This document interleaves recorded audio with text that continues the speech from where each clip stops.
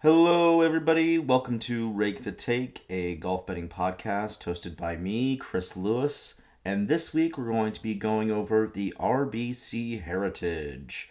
The RBC Heritage takes place at Harbortown Golf Links in South Carolina. It's approximately a 6,900 yard par 71.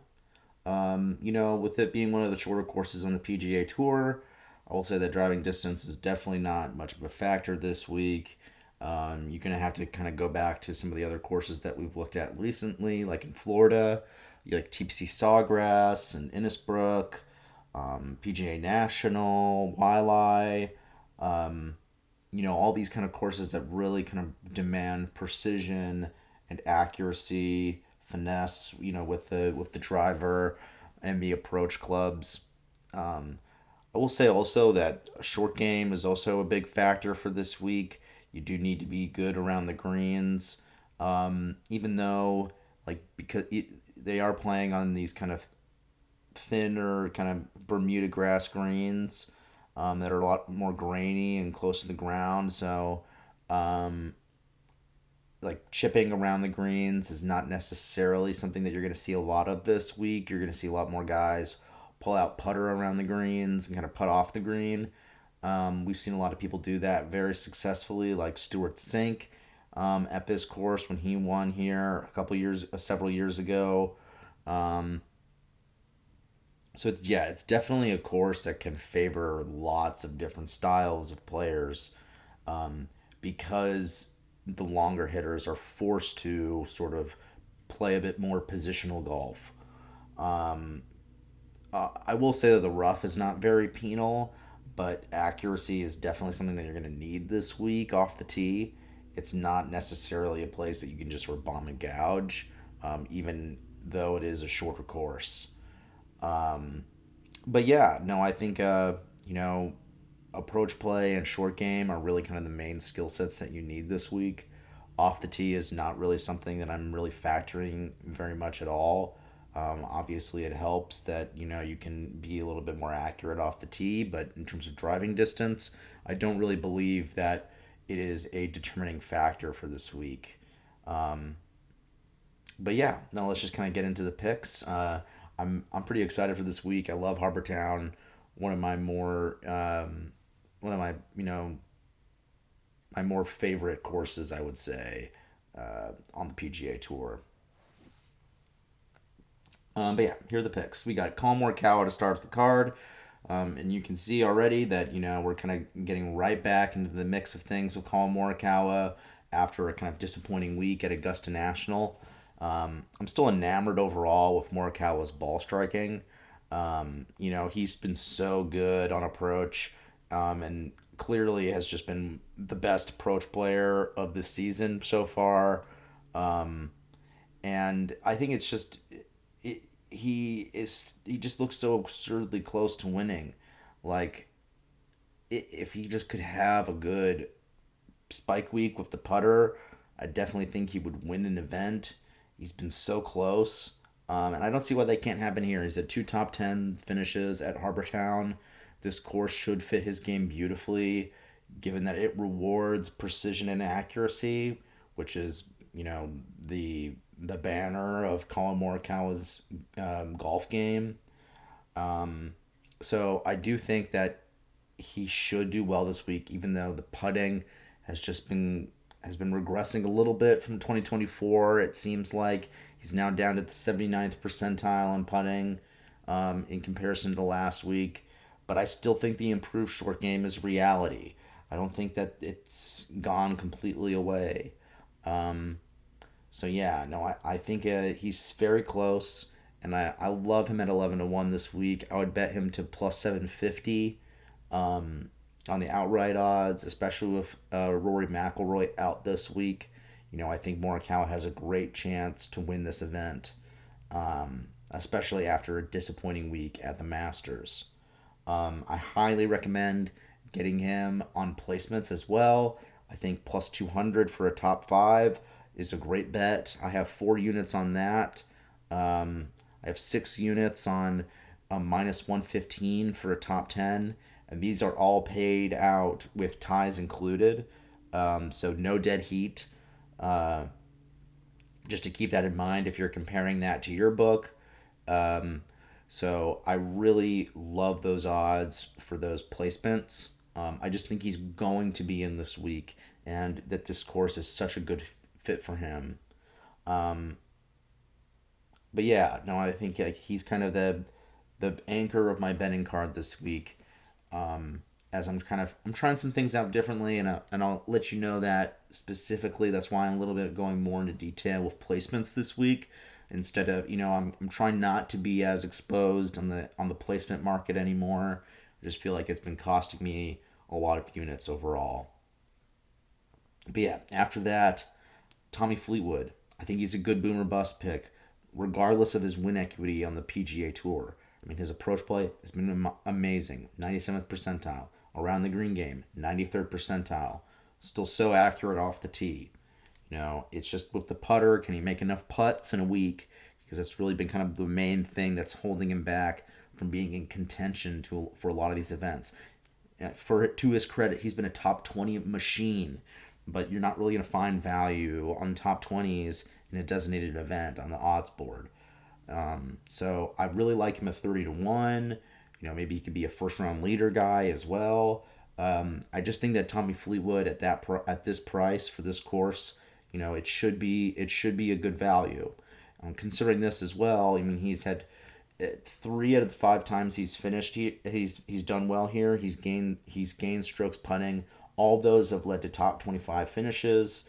So I do think Harbour Town is a good course fit for Tommy Fleetwood, especially given his high marks with iron play and accuracy right now. After that, similarly, I like Aaron Rye a lot. I mean, he's also just so accurate off the tee with his driver, and with the approach shots. One of the corollary courses for Harbour Town is Sedgefield Country Club, which they play the Wyndham Championship at.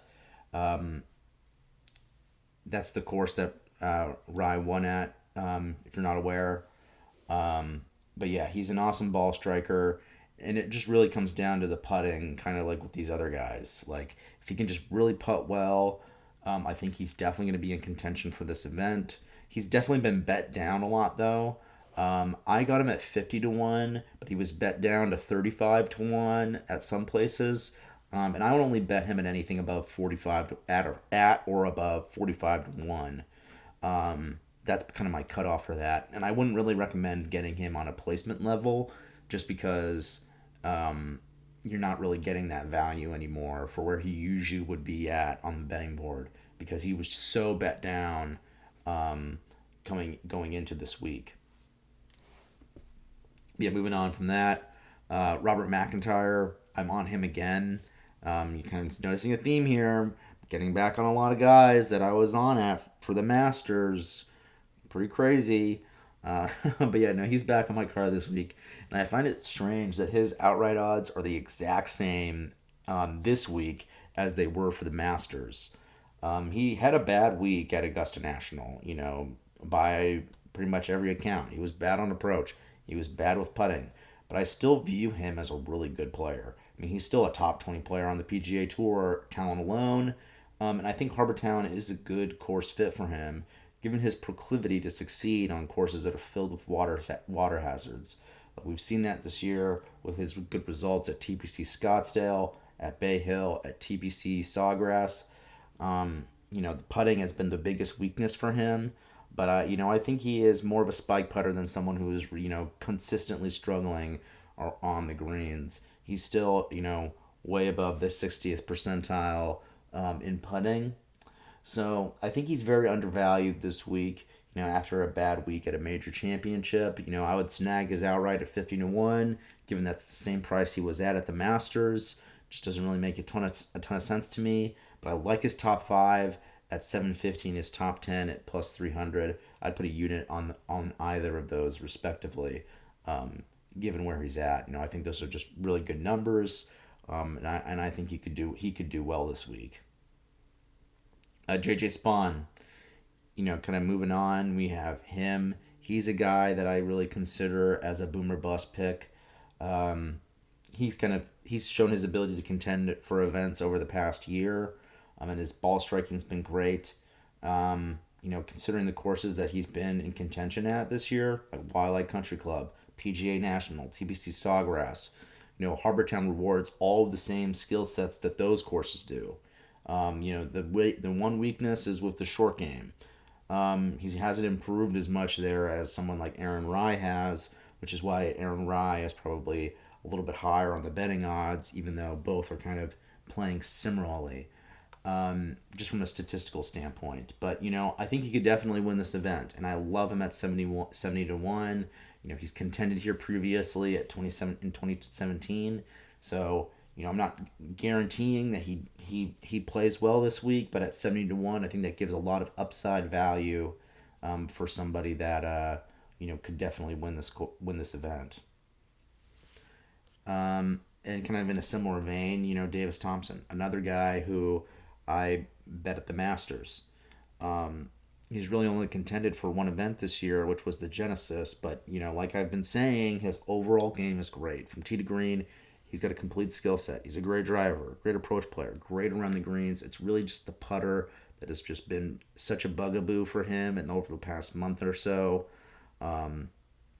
He had a really terrible putting week at the Masters, and if he did not have that, I think he would have done much better. I mean, he was in the top 20 going into Sunday and finished outside of the top 40.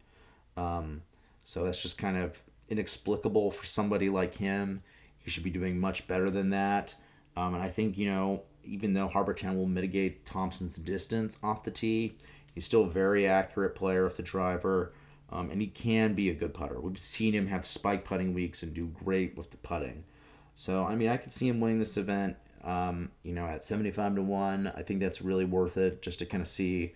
I wouldn't really recommend, the placements just because he's been so volatile this year.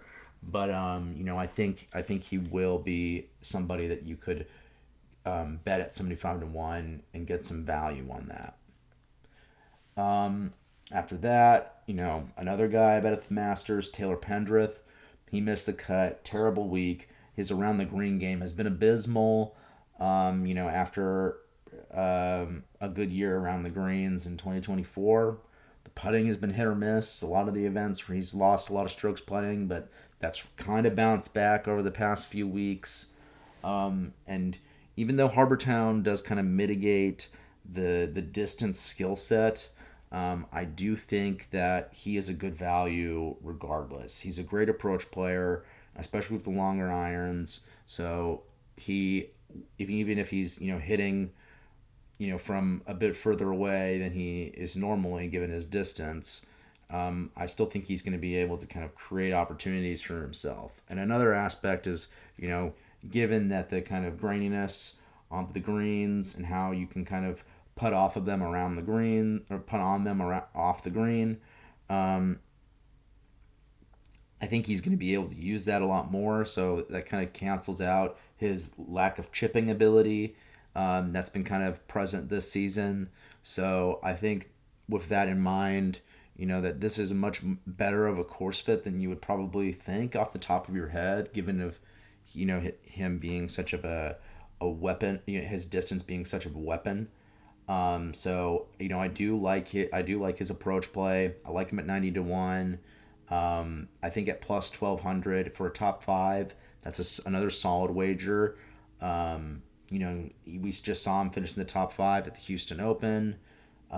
He's been priced so much lower than this, especially at events where the courses really emphasize having distance.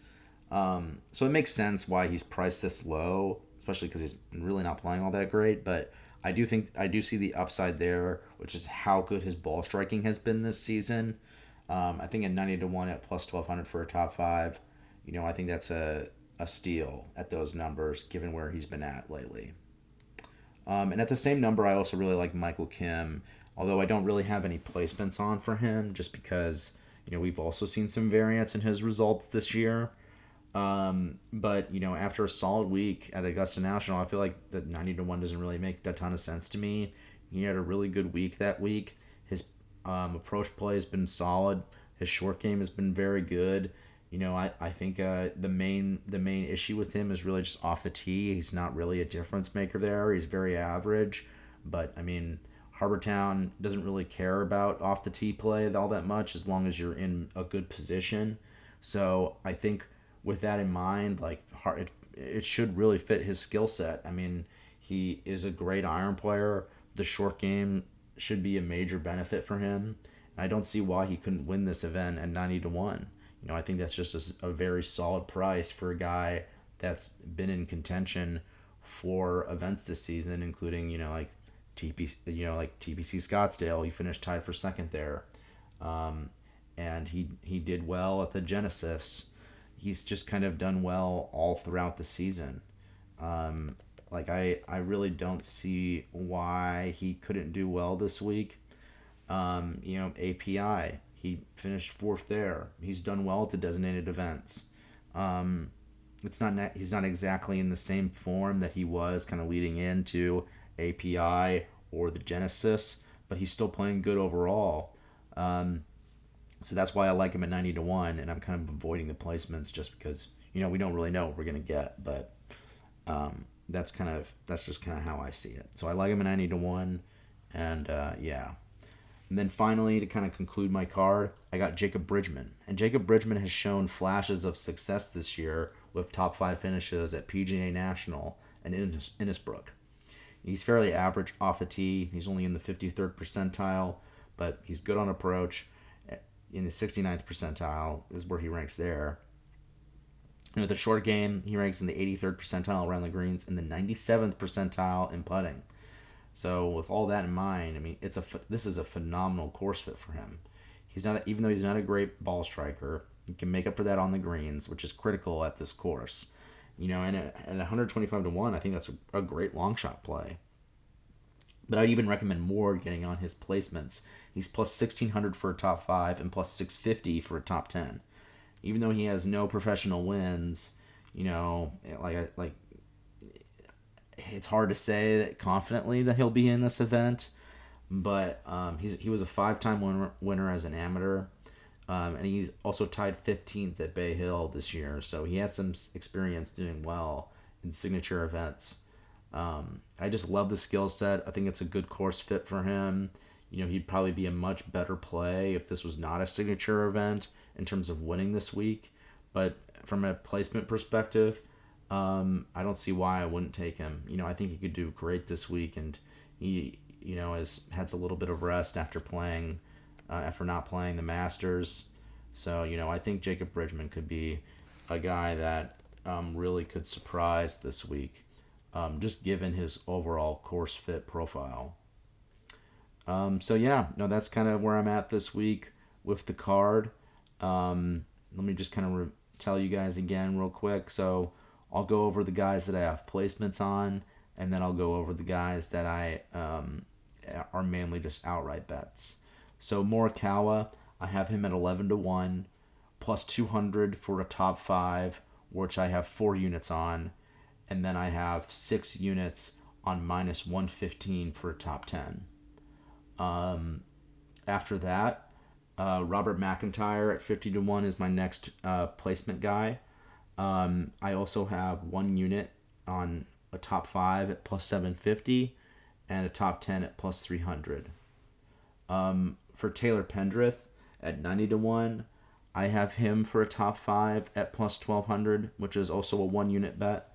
And then for Jacob Bridgman at 125-1, I have 1 unit on plus 1600 and plus 650 for a top 10.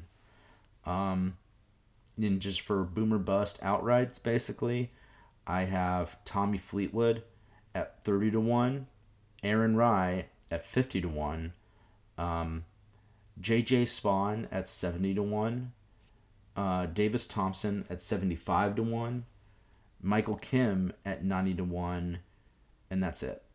That's the card for this week. I hope you enjoyed, and enjoy the RBC Heritage this week.